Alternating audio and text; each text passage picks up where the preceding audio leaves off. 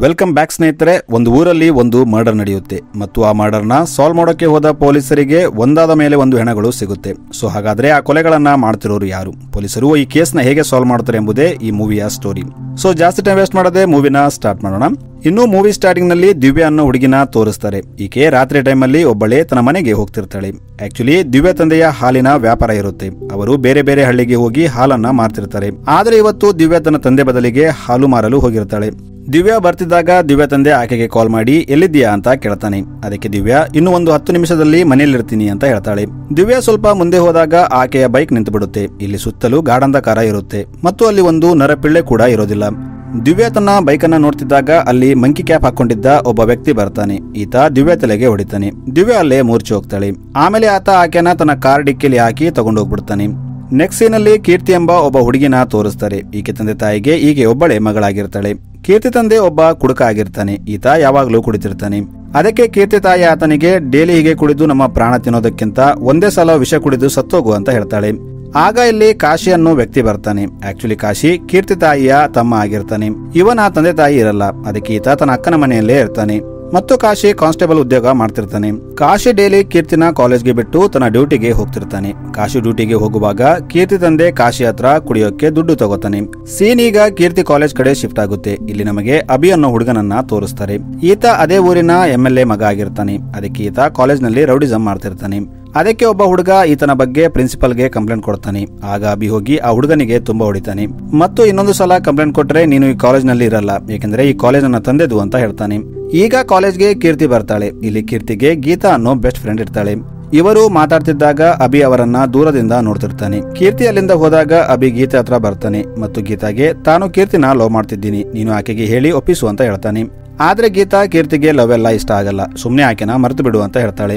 ಈ ಕಡೆ ಕಾಶಿ ಸ್ಟೇಷನ್ಗೆ ಬರ್ತಾನೆ. ಇಲ್ಲಿ ಅವನು ಟೀ ಸ್ಟಾಲ್ ನಲ್ಲಿ ಟೀ ಕುಡಿತಿದ್ದಾಗ ಅಲ್ಲಿ ಒಂದು ಮಹಿಳೆ ತನ್ನ ಮನೆ ಮುಂದೆ ಜೋರಾಗಿ ಕೂಗ್ತಿರ್ತಾಳೆ. ಇವರು ಅಲ್ಲಿ ಹೋಗಿ ನೋಡಿದಾಗ ಆಕೆ ತಾನು ಸ್ನಾನ ಮಾಡಲು ಹೋದಾಗ ಯಾರೋ ತನ್ನ ಬಂಗಾರದ ಚೈನ್ನ ಕದ್ದಿದ್ದಾರೆ ಅಂತ ಹೇಳ್ತಾಳೆ. ಆಗ ಕಾಶಿ ಅಲ್ಲಿ ಸುತ್ತಮುತ್ತ ನಿಂತಿದ್ದ ಜನರನ್ನ ನಿಲ್ಲಿಸಿ ಅವರ ಫೇಸ್ ಎಕ್ಸ್ಪ್ರೆಷನ್ ಇಂದಾನೆ ಯಾರು ಚೈನ್ ಕದ್ದಿದ್ದಾರೆ ಅಂತ ಕಂಡುಹಿಡಿತಾನೆ. ಕಾಶಿ ಅವನ ಜೇಬ್ ಚೆಕ್ ಮಾಡಿದಾಗ ಅವನಿಗೆ ಚೈನ್ ಸಿಗುತ್ತೆ. ಈಗ ಕಾಶಿ ಸ್ಟೇಷನ್ಗೆ ಬಂದಾಗ ಅಲ್ಲಿ ಮಹಿತಿ ಅನ್ನೋ ಲೇಡಿ ಕಾನ್ಸ್ಟೇಬಲ್ ಇರ್ತಾಳೆ. ಈಕೆ ಕಾಶಿನ ಇಷ್ಟಪಡ್ತಿರ್ತಾಳೆ. ಈಗ ಸೀನ್ ಅಭಿ ತಂದೆ MLA ಕಡೆ ಶಿಫ್ಟ್ ಆಗುತ್ತೆ. ಆತ ಇನ್ಸ್ಪೆಕ್ಟರ್ನ ಕರೆದು ಅವನಿಗೆ ಹಣ ಕೊಡ್ತಾನೆ ಮತ್ತು ಅವನಿಗೆ ಇನ್ನು 2 ದಿನದಲ್ಲಿ ನನ್ನ ಮಗನ ಬರ್ತ್ಡೇ ಇದೆ, ಅಲ್ಲಿ ತುಂಬಾ ದೊಡ್ಡ ದೊಡ್ಡ VIP ಬರ್ತಾರೆ, ನೀನು ಅವರ ಸೆಕ್ಯೂರಿಟಿ ಕೆಲಸನ ನೋಡ್ಕೋಬೇಕು ಅಂತ ಹೇಳ್ತಾನೆ. ಈ ಕಡೆ ಸ್ಟೇಷನ್ ನಲ್ಲಿ ಸೀನಿಯರ್ ಕಾನ್ಸ್ಟೇಬಲ್ ಕಾಶಿಗೆ ಮೆಹತಿ ನಿನ್ನ ಲವ್ ಮಾಡ್ತಿದ್ದಾಳೆ, ಆಕೆ ತುಂಬಾ ಒಳ್ಳೆ ಹುಡುಗಿ, ಎಷ್ಟು ದಿನ ಅಂತ ಬರೀ ನಿನ್ನ ಅಕ್ಕನ ಫ್ಯಾಮಿಲಿನ ನೋಡ್ಕೋತೀಯ, ಈಗಲಾದ್ರೂ ನಿನ್ನ ಬಗ್ಗೆ ಯೋಚನೆ ಮಾಡು ಅಂತ ಹೇಳ್ತಾನೆ. ಅದಕ್ಕೆ ಕಾಶಿ ನನಗೂ ಮಾಹಿತಿ ಅಂದ್ರೆ ಇಷ್ಟ, ಆದ್ರೆ ಆಕೆ ಏನಂತಾಳೋ ಅಂತ ಸುಮ್ಮನೆ ಇದ್ದೆ, ಈಗ ನಾನು ಆಕೆ ಜೊತೆ ಮಾತಾಡ್ತೀನಿ ಅಂತ ಹೇಳ್ತಾನೆ. ಕಾಶಿ ಹೋಗಿ ಮಾಹಿತಿ ಹತ್ರ ಮಾತಾಡ್ತಾನೆ. ಈಗ ಇವರಿಬ್ಬರು ಕ್ಲೋಸ್ ಆಗ್ತಾರೆ. ಈಗ ಮಾರನೇ ದಿನ ಸ್ಟೇಷನ್ಗೆ ಒಬ್ಬ ತಂದೆ ಮಗಳು ಬರ್ತಾರೆ. ಇವರು ತನ್ನ ಮಗಳು 2 ದಿನದಿಂದ ಮಿಸ್ ಆಗಿದ್ದಾಳೆ ಅಂತ ಕಂಪ್ಲೇಂಟ್ ಕೊಡ್ತಾರೆ. ಆಕ್ಚುಲಿ ಇವರು ಮೂವಿ ಸ್ಟಾರ್ಟಿಂಗ್ ನಲ್ಲಿ ಮಿಸ್ ಆದ ದಿವ್ಯಾ ತಂದೆ ಮತ್ತು ತಂಗಿ ಆಗಿರ್ತಾರೆ. ಇಲ್ಲಿ SI ಕಂಪ್ಲೇಂಟ್ ತಗೊಳ್ಳದೆ ದಿವ್ಯಾ ಹೆಂಗಾಗಿದ್ದಾಳೆ, ತನ್ನ ಬಾಯ್ ಫ್ರೆಂಡ್ ಜೊತೆ ಹೋಗಿರಬಹುದು, ಇನ್ನು 2-3 ದಿನಗಳಲ್ಲಿ ವಾಪಸ್ ಬರ್ತಾಳೆ ಅಂತ ಹೇಳ್ತಾನೆ. ಅದಕ್ಕೆ ದಿವ್ಯಾ ತಂಗಿ ನನ್ನ ಅಕ್ಕ ಅಂತವಳಲ್ಲ, ಆಕೆಗೆ ಬಾಯ್ ಫ್ರೆಂಡ್ ಇಲ್ಲ ಅಂತ ಹೇಳ್ತಾಳೆ. ಅದಕ್ಕೆ SI ಸ್ಟಾರ್ಟಿಂಗ್ ನಲ್ಲಿ ಎಲ್ಲರೂ ಮೊದಲು ಇದನ್ನೇ ಹೇಳೋದು, ಆಮೇಲೆ ನಿಜ ಗೊತ್ತಾಗುತ್ತೆ ಅಂತ ಹೇಳ್ತಾನೆ. ಇದನ್ನ ಕೇಳಿ ಅವರು ತುಂಬಾ ಬೇಜಾರಾಗ್ತಾರೆ. ಏಕೆಂದ್ರೆ ಪೊಲೀಸರು ತಮಗೆ ಹೆಲ್ಪ್ ಮಾಡ್ತಾರೆ ಅಂದ್ಕೊಂಡಿದ್ರೆ ಪೊಲೀಸರು ಅವರನ್ನ ಅವಮಾನ ಮಾಡ್ತಿರ್ತಾರೆ. ಇದನ್ನೆಲ್ಲ ಅಲ್ಲೇ ನಿಂತಿದ್ದ ಕಾಶಿ ನೋಡ್ತಾನೆ. ಆದ್ರೆ SI ಇದ್ದಿದ್ದರಿಂದ ಅವನಿಗೆ ಏನು ಮಾಡೋಕ್ಕಾಗಲ್ಲ. ಈಗ ನೆಕ್ಸ್ಟ್ ಸೀನ್ ಅಲ್ಲಿ ಕಾಶಿ ತನ್ನ ಅಕ್ಕನ ಮಗಳಿಗೆ ಒಂದು ಸ್ಕೂಟಿ ತಂದು ಕೊಡ್ತಾನೆ. ಇದನ್ನ ನೋಡಿ ಕೀರ್ತಿ ತುಂಬಾ ಖುಷಿ ಆಗ್ತಾಳೆ. ಆಗ ಕಾಶಿ ಆಕೆಗೆ ಈಗಿಂದ ನೀನು ಒಬ್ಬಳೇ ಕಾಲೇಜ್ಗೆ ಹೋಗ್ಬಹುದು ಅಂತ ಹೇಳ್ತಾನೆ. ಅಲ್ಲಿಂದ ಇವರು ಈಗ ಮಾರ್ಕೆಟ್ಗೆ ಹೋಗ್ತಾರೆ. ಇವರು ವೆಜಿಟೇಬಲ್ ತಗೋತಿದ್ದಾಗ ಅಲ್ಲಿ SI ಬರ್ತಾನೆ.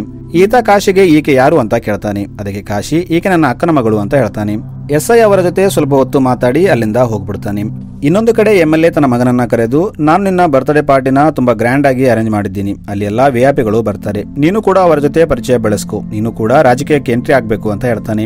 ಈಗ ಅಭಿ ಕಾಲೇಜ್ನಲ್ಲಿ ಗೀತಾಗೆ ಬರ್ತ್ಡೇ ಪಾರ್ಟಿಗೆ ಕರೀತಾನೆ ಮತ್ತು ಕೀರ್ತಿನ ಕೂಡ ಪಾರ್ಟಿಗೆ ಕರ್ಕೊಂಡು ಬರುವಂತೆ ಹೇಳ್ತಾನೆ. ಆದ್ರೆ ಗೀತಾ ಕೀರ್ತಿ ಪಾರ್ಟಿಗೆಲ್ಲ ಹೋಗಲ್ಲ, ಆದ್ರೆ ನಿನಗೋಸ್ಕರ ಟ್ರೈ ಮಾಡ್ತೀನಿ ಅಂತ ಹೇಳ್ತಾಳೆ. ಈ ಕಡೆ ಪಾರ್ಟಿಯಲ್ಲಿ ಕಾಶಿ ಬಂದಿರ್ತಾನೆ, ಯಾಕಂದ್ರೆ SI ಅವರಿಗೆ ಅಲ್ಲಿ ಸೆಕ್ಯೂರಿಟಿ ಡ್ಯೂಟಿ ಹಾಕಿರ್ತಾನೆ. ಆಗ ಗೀತಾ ಕೀರ್ತಿಗೆ ಕನ್ವಿನ್ಸ್ ಮಾಡಿ ಪಾರ್ಟಿಗೆ ಕರ್ಕೊಂಡು ಬಂದಿರ್ತಾಳೆ. ಕಾಶಿ ಕೀರ್ತಿನ ನೋಡಿ ನೀನೇನು ಇಲ್ಲಿ ಮಾಡ್ತಿದ್ದೀಯಾ ಅಂತ ಕೇಳ್ತಾನೆ. ಅದಕ್ಕೆ ಕೀರ್ತಿ ಅಭಿ ನನ್ನ ಕ್ಲಾಸ್ಮೇಟ್ ಅಂತ ಹೇಳ್ತಾಳೆ. ಆಗ ಕಾಶಿ ಸರಿ ಬೇಗ ಪಾರ್ಟಿ ಮುಗಿಸ್ಕೊಂಡು ಮನೆಗೆ ಹೋಗು ಅಂತ ಹೇಳ್ತಾನೆ. ಈಗ ಪಾರ್ಟಿ ಸ್ಟಾರ್ಟ್ ಆಗುತ್ತೆ. ಅಲ್ಲಿ ಎಲ್ಲಾ VIP ಬರ್ತಾರೆ. ಈ ನಡುವೆ ಕೀರ್ತಿ ವಾಶ್ರೂಮ್ಗೆ ಹೋದಾಗ ಅಲ್ಲಿ ಅಭಿ ಬರ್ತಾನೆ. ಅಭಿ ಫೋರ್ಸ್ಫುಲಿ ಕೀರ್ತಿನ ಕಿಸ್ ಮಾಡೋಕೆ ನೋಡ್ತಾನೆ, ಆದ್ರೆ ಕೀರ್ತಿ ಅಭಿ ಕೆನ್ನೆಗೆ ಹೊಡಿತಾಳೆ. ಆಮೇಲೆ ಕೀರ್ತಿ ಮತ್ತು ಗೀತಾ ಅಲ್ಲಿಂದ ಹೋಗ್ಬಿಡ್ತಾರೆ. ಅಭಿಗೆ ಕೀರ್ತಿ ಹೊಡೆದನ್ನ ಅಭಿ ಫ್ರೆಂಡ್ಸ್ ನೋಡ್ತಾರೆ. ಕೀರ್ತಿ ಅಲ್ಲಿಂದ ಹೋದ್ಮೇಲೆ ಅವರು ಕೀರ್ತಿ ಬಗ್ಗೆ ಅಭಿಗೆ ಚಾಡಿ ಹೇಳ್ತಾರೆ. ಈ ಕಡೆ ಗೀತಾ ಕೀರ್ತಿನ ತನ್ನ ಮನೆಗೆ ಹೋಗುವ ದಾರಿಯಲ್ಲಿ ಬಿಟ್ಟು ನೀನು ಇಲ್ಲಿಂದ ಹೋಗ್ಬಿಡು, ಏಕೆಂದ್ರೆ ಆಲ್ರೆಡಿ ತುಂಬಾ ಲೇಟ್ ಆಗಿದೆ, ನಾನು ಮನೆಗೆ ಹೋಗ್ಬೇಕು ಅಂತ ಹೇಳ್ತಾಳೆ. ಗೀತಾ ಅಲ್ಲಿಂದ ಹೋದ್ಮೇಲೆ ಕೀರ್ತಿ ಕೂಡ ತನ್ನ ಮನೆ ಕಡೆ ಹೋಗ್ತಿರ್ತಾಳೆ. ಆಗ ಆಕೆಗೆ ಯಾರೋ ತನ್ನನ್ನ ಫಾಲೋ ಮಾಡ್ತಿರೋ ತರ ಅನಿಸುತ್ತೆ. ಆದ್ರೆ ಹಿಂದೆ ತಿರುಗಿ ನೋಡಿದಾಗ ಅಲ್ಲಿ ಯಾರು ಇರಲ್ಲ. ಆದ್ರೆ ಅಚಾನಕ್ ಆಗಿ ಅಲ್ಲಿ ಅದೇ ಮಂಕಿ ಮಾಸ್ಕ್ ಹಾಕೊಂಡಿದ್ದ ವ್ಯಕ್ತಿ ಬರ್ತಾನೆ. ಈತ ಕೀರ್ತಿನ ಹೊಡೆದು ಅಲ್ಲಿಂದ ತಗೊಂಡು ಹೋಗ್ತಾನೆ. ಈಗ ಮಾರನೇ ದಿನ ಬೆಳಗ್ಗೆ ಒಂದು ಜಾಗದಲ್ಲಿ ಒಂದು ಹುಡುಗಿಯ ಡೆಡ್ ಬಾಡಿ ಸಿಗುತ್ತೆ. ಅದಕ್ಕೆ ಮಂಕಿ ಮಾಸ್ಕ್ ಹಾಕಿರ್ತಾರೆ. ಅದನ್ನ ಒಬ್ಬ ವ್ಯಕ್ತಿ ನೋಡ್ತಾನೆ. ಈತ ಪೊಲೀಸರಿಗೆ ಕಾಲ್ ಮಾಡಿ ಹೇಳ್ತಾನೆ. ಈ ಕಡೆ ಕಾಶಿ ನೈಟ್ ಡ್ಯೂಟಿ ಮುಗಿಸ್ಕೊಂಡು ಮನೆಗೆ ಬರ್ತಾನೆ. ಆಗ ಕೀರ್ತಿ ತಾಯಿ ಕೀರ್ತಿ ನಿನ್ನೆ ರಾತ್ರಿಯಿಂದ ಮನೆಗೆ ಬಂದಿಲ್ಲ ಅಂತ ಹೇಳ್ತಾಳೆ. ಅದಕ್ಕೆ ಕಾಶಿ ನಿನ್ನೆ ಆಕೆ ನನಗಿಂತ ಮುಂಚೆ ಪಾರ್ಟಿಯಿಂದ ಹೋದ್ಲಲ್ಲ ಅಂತ ಹೇಳ್ತಾನೆ. ಆಮೇಲೆ ಅವನಿಗೆ ನಿನ್ನೆ ಕೀರ್ತಿ ಜೊತೆ ಗೀತಾ ಹೋಗಿದ್ದು ನೆನಪಾಗುತ್ತೆ. ಅದಕ್ಕೆ ಅವನು ಗೀತಾಗೆ ಕಾಲ್ ಮಾಡಿ ಕೇಳ್ತಾನೆ. ಅದಕ್ಕೆ ಗೀತಾ ನಿನ್ನೆ ನಾನು ಆಕೆಗೆ ನಿಮ್ಮ ಮನೆ ದಾರಿಗೆ ಬಿಟ್ಟಿದ್ದೆ ಅಂತ ಹೇಳ್ತಾಳೆ. ಈಗ ಕಾಶಿಗೆ ಒಬ್ಬ ಕಾನ್ಸ್ಟೇಬಲ್ ಕಾಲ್ ಮಾಡಿ ಒಂದು ಜಾಗಕ್ಕೆ ಕರೀತಾನೆ. ಕಾಶಿ ಅಲ್ಲಿಗೆ ಹೋಗಿ ನೋಡಿದಾಗ ಅದು ಕೀರ್ತಿ ಬಾಡಿ ಆಗಿರುತ್ತೆ. ಕಾಶಿ ಅದನ್ನ ನೋಡಿ ಶಾಕ್ ಆಗ್ತಾನೆ. ಸ್ವಲ್ಪ ಹೊತ್ತಿಗೆ ಅಲ್ಲಿ ಕೀರ್ತಿ ತಾಯಿ ಕೂಡ ಬರ್ತಾಳೆ. ಇವರು ಕೀರ್ತಿ ಬಾಡಿ ನೋಡಿ ತುಂಬಾ ಅಳ್ತಾರೆ. ಈಗ ಕೀರ್ತಿ ಬಾಡಿಯನ್ನ ಪೋಸ್ಟ್ ಮಾರ್ಟಂಗೆ ಕಳಿಸ್ತಾರೆ. ಈಗ 2 ದಿನ ಆದ್ಮೇಲೆ ಕಾಶಿ ಪೋಸ್ಟ್ ಮಾರ್ಟಂ ರಿಪೋರ್ಟ್ ನ ತರೋಕೆ ಹಾಸ್ಪಿಟಲ್ಗೆ ಹೋಗ್ತಾನೆ. ಅಲ್ಲಿ ಡಾಕ್ಟರ್ ಕಾಶಿಗೆ ಕೀರ್ತಿನ ಸಾಯಿಸೋ ಮುಂಚೆ ಆಕೆನ ತುಂಬಾ ಟಾರ್ಚರ್ ಮಾಡಲಾಗಿದೆ. ಮೊದಲು ಆಕೆಗೆ ತುಂಬಾ ಹೊಡೆದಿದ್ದಾರೆ. ಆಮೇಲೆ ಒಂದು ಬಿಸಿಯಾದ ಕಬ್ಬಣದಿಂದ ಆಕೆಯ ಮುಖಕ್ಕೆ ಬರಿ ಹಾಕಿ ಆಕೆಯ ಕುತ್ತಿಗೆನ ಕಟ್ ಮಾಡಿ ಸಾಯಿಸಲಾಗಿದೆ ಅಂತ ಹೇಳ್ತಾನೆ. ಮತ್ತು ಹೀಗೆ ಕೊಲ್ಬೇಕಾದ್ರೆ ಆ ಕಿಲರ್ ಒಬ್ಬ ಸೈಕೋ ಆಗಿರ್ಬೇಕು ಅಂತ ಹೇಳ್ತಾನೆ. ಇದನ್ನ ಕೇಳಿ ಕಾಶಿಗೆ ತುಂಬಾ ಕೋಪ ಬರುತ್ತೆ. ಅವನು ಕೀರ್ತಿ ಕೇಸ್ನ ಸಾಲ್ವ್ ಮಾಡಿ ಕಿಲ್ಲರ್ನ ಹಿಡಿಬೇಕು ಅನ್ಕೋತಾನೆ. ಅದಕ್ಕೆ ಅವನು ತನ್ನ ಸೀನಿಯರ್ ಕಾನ್ಸ್ಟೇಬಲ್ ನ ಕರ್ಕೊಂಡು ಕೀರ್ತಿ ಸ್ಟಡಿ ಮಾಡ್ತಿದ್ದ ಕಾಲೇಜ್ಗೆ ಹೋಗ್ತಾನೆ.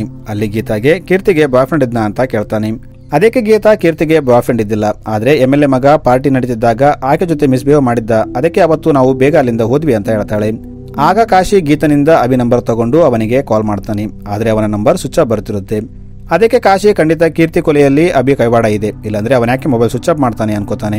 ಅದಕ್ಕೆ ಈಗ ಇವರು MLA ಮನೆಗೆ ಹೋಗ್ತಾರೆ. ದಾರಿಯಲ್ಲಿ ಆ ಸೀನಿಯರ್ ಕಾನ್ಸ್ಟೇಬಲ್ ಕಾಶಿಗೆ ಅವನು MLA ಸ್ವಲ್ಪ ನೋಡಿ ಮಾತಾಡು ಅಂತ ಹೇಳ್ತಾನೆ. ಈಗ ಇವರು MLA ಮನೆಗೆ ಬಂದಾಗ ಅಲ್ಲಿ MLA ಇರ್ತಾನೆ, ಅಭಿ ಇರೋದಿಲ್ಲ. ಕಾಶಿ MLAಗೆ ಅಭಿ ಜೊತೆ ಮಾತಾಡಬೇಕು, ಅವನು ಎಲ್ಲಿದ್ದಾನೆ ಅಂತ ಕೇಳ್ತಾನೆ. ಅದಕ್ಕೆ MLA ಏನಾಯ್ತು ಅಂತ ಕೇಳ್ತಾನೆ. ಆಗ ಕಾಶಿ ಕೀರ್ತಿ ಕೊಲೆಯಲ್ಲಿ ಅಭಿ ಮೇನ್ ಸಸ್ಪೆಕ್ಟ್ ಅಂತ ಹೇಳ್ತಾನೆ. ಇದನ್ನ ಕೇಳಿ MLA ಕಾಶಿ ಮೇಲೆ ಸಿಟ್ ಮಾಡ್ತಾನೆ ಮತ್ತು ಯಾರ ಮನೆಗೆ ಬಂದು ಏನ್ ಮಾತಾಡ್ತಿದ್ಯಾ ಅಂತ ಹೇಳ್ತಾನೆ. ಆಗ ಸೀನಿಯರ್ ಕಾನ್ಸ್ಟೇಬಲ್ ಕಾಶಿನ ಅಲ್ಲಿಂದ ಕರ್ಕೊಂಡು ಹೊರಗೆ ಬರ್ತಾನೆ ಮತ್ತು MLA ವಿರುದ್ಧ ಹೋದ್ರೆ ನಮ್ಮ ಜಾಬ್ ಹೋಗುತ್ತೆ ಅಂತ ಹೇಳ್ತಾನೆ. ಸೀನ್ ಇಲ್ಲಿಂದ ಕಟ್ಟಾಗಿ ಒಂದು ಡಂಪ್ ಯಾರ್ಡ್ ನ ತೋರಿಸ್ತಾರೆ. ಇಲ್ಲಿ ಒಬ್ಬ JCB ಡ್ರೈವರ್ ಏನೋ ಕೆಲಸ ಮಾಡ್ತಿರ್ತಾನೆ. ಆಗ ಅವನಿಗೆ ಒಂದು ಬಾಡಿ ಸಿಗುತ್ತೆ. ಇವರು ಪೊಲೀಸರಿಗೆ ಇನ್ಫಾರ್ಮ್ ಮಾಡ್ತಾರೆ. ಪೊಲೀಸರು ಅಲ್ಲಿಗೆ ಬಂದು ನೋಡಿದಾಗ ಅದು MLA ಮಗ ಡೆಡ್ ಬಾಡಿ ಆಗಿರುತ್ತೆ. ಈತನಿಗೂ ಸೇಮ್ ಮಂಕಿ ಕ್ಯಾಪ್ ಹಾಕಿರ್ತಾರೆ. ಇದು MLAಗೆ ಗೊತ್ತಾದಾಗ ಆತ ಅಲ್ಲಿ ಬಂದು ಅಳ್ತಿರ್ತಾನೆ. ಆಗ ಸೀನಿಯರ್ ಕಾನ್ಸ್ಟೇಬಲ್ ಕಾಶಿಗೆ ಕಾಲ್ ಮಾಡಿ ಅಲ್ಲಿ ಕರೀತಾನೆ. ಕಾಶಿ ಅಲ್ಲಿಗೆ ಬಂದಾಗ MLA ಆತನನ್ನ ನೋಡಿ ನೀನು ನನ್ನ ಮಗನನ್ನ ಸಾಯಿಸಿದ್ದು, ಏಕೆಂದ್ರೆ ನೀನೇ ಅವನನ್ನ ಹುಡುಕ್ತಿದ್ಯಾ ಅಂತ ಹೇಳ್ತಾನೆ.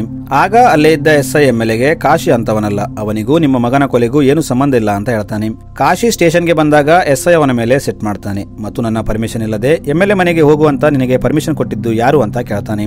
ಮತ್ತು MLA ಸರಿ ಇಲ್ಲ, ನೀನು ಒಬ್ಬನೇ ಎಲ್ಲೂ ತಿರುಗಾಡಬೇಡ ಅಂತ ಹೇಳ್ತಾನೆ. ಈಗ ಸೀನಿಯರ್ ಕಾನ್ಸ್ಟೇಬಲ್ ಕಾಶಿನ ಕರೆದು ಅಭಿನ ನೀನೇ ಕೊಲೆ ಮಾಡಿದ್ದೀಯಾ ಅಂತ ಕೇಳ್ತಾನೆ. ಅದಕ್ಕೆ ಕಾಶಿ ನಾನಕ್ಕೆ ಅವನನ್ನ ಕೊಲೆ ಮಾಡ್ಲಿ, ಅವನು ಕೈಗೆ ಸಿಕ್ಕಿದ್ರೆ ಕೀರ್ತಿ ಬಗ್ಗೆ ಎನ್ಕ್ವೈರಿ ಮಾಡ್ತಿದ್ದೆ. ಅವನು ಕೊಲೆಯಾದ ಪ್ಯಾಟರ್ನ್ ನೋಡ್ತಿದ್ರೆ ಕೀರ್ತಿ ಮತ್ತು ಅಭಿನ ಕೊಂದ ಕೊಲೆಗಾರ ಒಬ್ಬನೇ ಇರಬೇಕು ಅಂತ ಅನಿಸುತ್ತೆ ಅಂತ ಹೇಳ್ತಾನೆ. ಈ ಕಡೆ SI ಅಭಿ ಫ್ರೆಂಡ್ ಇಬ್ರಾಹಿಂ ಮನೆಗೆ ಬರ್ತಾನೆ. ಇಲ್ಲಿ ನೋಡಿದರೆ ಇಬ್ರಾಹಿಂ ಕೂಡ 2 ದಿನದಿಂದ ಮನೆಗೆ ಬಂದಿರಲ್ಲ. ಆಗ SI ಇಬ್ರಾಹಿಂ ತಂದೆ ತಾಯಿಗೆ ಅವನು ಮನೆಗೆ ಬಂದ ತಕ್ಷಣ ಪೊಲೀಸ್ ಸ್ಟೇಷನ್ ಅಲ್ಲಿ ನನ್ನ ಬಂದು ಭೇಟಿ ಆಗುವಂತೆ ಹೇಳು ಅಂತ ಹೇಳ್ತಾನೆ. ಈಗ IG SI ನ ಕರೆದು ನನಗನಿಸುತ್ತೆ ಇದೊಂದು ಸೀರಿಯಲ್ ಕಿಲ್ಲಿಂಗ್ ಇರಬಹುದು. ಈ ನ್ಯೂಸ್ ಟಿವಿಯಲ್ಲಿ ಬರೋ ಮುಂಚೆ ಈ ಕೇಸ್ ನ ಸಾಲ್ವ್ ಮಾಡು, ಯಾಕಂದ್ರೆ MLA ಮಗನ ಕೊಲೆಯಾಗಿದೆ, ಇದೊಂದು ಹೈ ಪ್ರೊಫೈಲ್ ಕೇಸ್ ಅಂತ ಹೇಳ್ತಾನೆ. ಈ ಕಡೆ ಕಾಶಿ ಮಾಹಿತಿ ಮತ್ತು ಆ senior constable Abhi post mortem report ತರೋಕೆ ಹೋಗ್ತಾರೆ. ಇಲ್ಲಿ ಇವರಿಗೆ ಅಭಿನ ಕೂಡ ಸೇಮ್ ಕೀರ್ತಿ ತರ ಟಾರ್ಚರ್ ಮಾಡಿ ಕೊಂದಿದ್ದಾರೆ ಅಂತ ಗೊತ್ತಾಗುತ್ತೆ. ಇಲ್ಲಿ ಸೀನಿಯರ್ ಕಾನ್ಸ್ಟೇಬಲ್ ಕಾಶಿಗೆ SI ಸರ್ ಕೂಡ ಅಭಿ ಫ್ರೆಂಡ್ ಇಬ್ರಾಹಿಂ ಮನೆಗೆ ಹೋಗಿದ್ರು, ಆದ್ರೆ ಅವನು 2 ದಿನದಿಂದ ಮನೆಗೆ ಬಂದಿಲ್ಲ.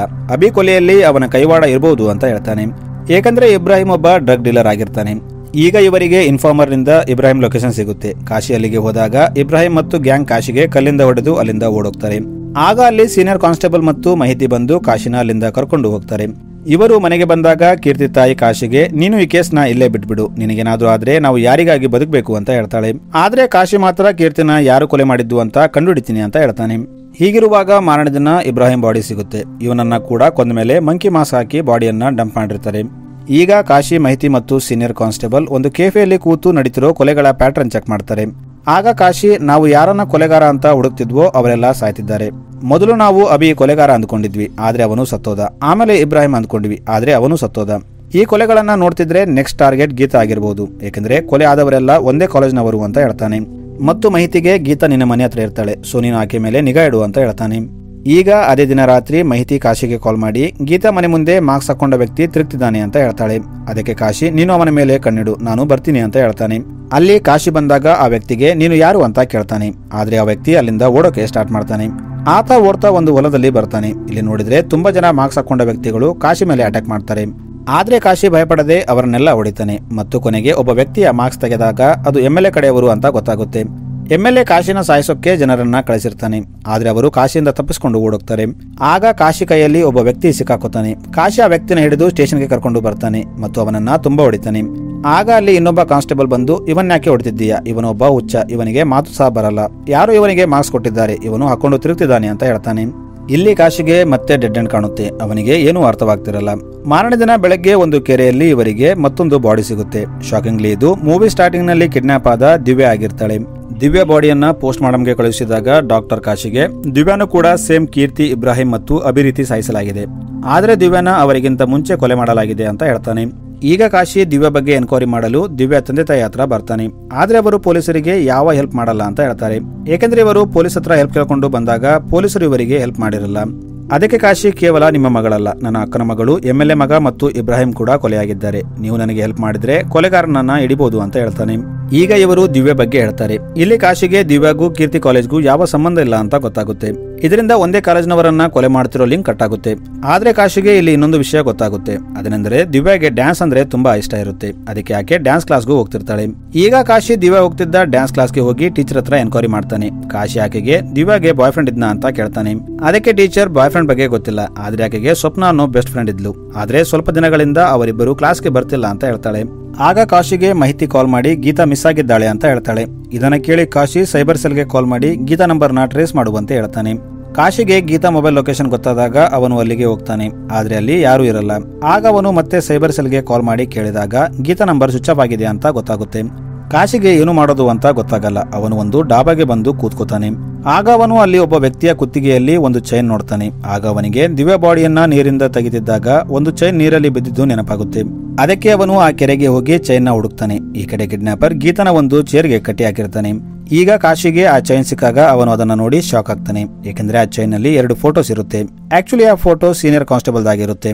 ಅದಕ್ಕೆ ಈಗ ಕಾಶಿ ಆ ಕಾನ್ಸ್ಟೇಬಲ್ ಮನೆಗೆ ಹೋಗ್ತಾನೆ. ಆದ್ರೆ ಅಲ್ಲಿ ಯಾರೂ ಇರಲ್ಲ. ಆದ್ರೆ ಕಾಶಿ ಹೊರಗೆ ಬಂದಾಗ ಕಾನ್ಸ್ಟೇಬಲ್ ಎಲ್ಲಿಗೂ ಹೋಗ್ತಿರ್ತಾನೆ. ಆಗ ಕಾಶಿ ಅವನನ್ನ ಫಾಲೋ ಮಾಡ್ತಾನೆ. ಕಾನ್ಸ್ಟೇಬಲ್ ಅಲ್ಲಿಂದ ಗೀತನ ಇಟ್ಟಿದ್ದ ಜಾಗಕ್ಕೆ ಬರ್ತಾನೆ. ಇಲ್ಲಿ ಆತ ಗೀತನ ಸಾಯಿಸೋಕೆ ಹೋಗ್ತಾನೆ. ಆಗ ಕಾಶಿ ಮತ್ತು ಕಿಲ್ಲರ್ ನಡುವೆ ಫೈಟ್ ಆಗುತ್ತೆ. ಕಾಶಿ ಅವನನ್ನ ತಡೆಯೋಕೆ ಹೋಗ್ತಿರ್ತಾನೆ. ಆಗ ಹಿಂದೆಯಿಂದ ಕಾನ್ಸ್ಟೇಬಲ್ ಮಗಳು ಬಂದು ಕಾಶಿಗೆ ಚಾಕು ಚುಚ್ತಾಳೆ. ಆಗ ಕಾಶಿ ಆಕೆಗೆ ಹೊಡಿತಾನೆ. ಈಗ ಆಕೆ ಮೂರ್ಛೆ ಹೋಗ್ತಾಳೆ. ಆಮೇಲೆ ಕಾಶಿ ಸೀನಿಯರ್ ಕಾನ್ಸ್ಟೇಬಲ್ಗೆ ಇದೆಲ್ಲ ಏನು ಅಂತ ಕೇಳ್ತಾನೆ. ಆಗ ಆತ ಫ್ಲಾಶ್ ಬ್ಯಾಕ್ ಹೇಳ್ತಾನೆ. ಸ್ಟೋರಿ ಹಿಂದಕ್ಕೆ ಹೋಗುತ್ತೆ.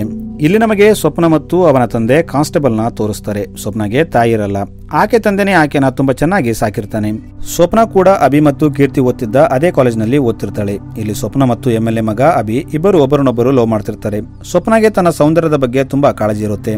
ಹಾಗೆ ಸ್ವಪ್ನ ಡ್ಯಾನ್ಸ್ ಕ್ಲಾಸ್ಗೂ ಹೋಗ್ತಿರ್ತಾಳೆ. ಅಲ್ಲಿ ಆಕೆ ಫ್ರೆಂಡ್ಶಿಪ್ ದಿವ್ಯಾ ಜೊತೆ ಆಗುತ್ತೆ. ಒಂದು ದಿನ ದಿವ್ಯಾ ಹತ್ರ ಫೀಸ್ ಕಟ್ಟಲು ಹಣ ಇರಲ್ಲ.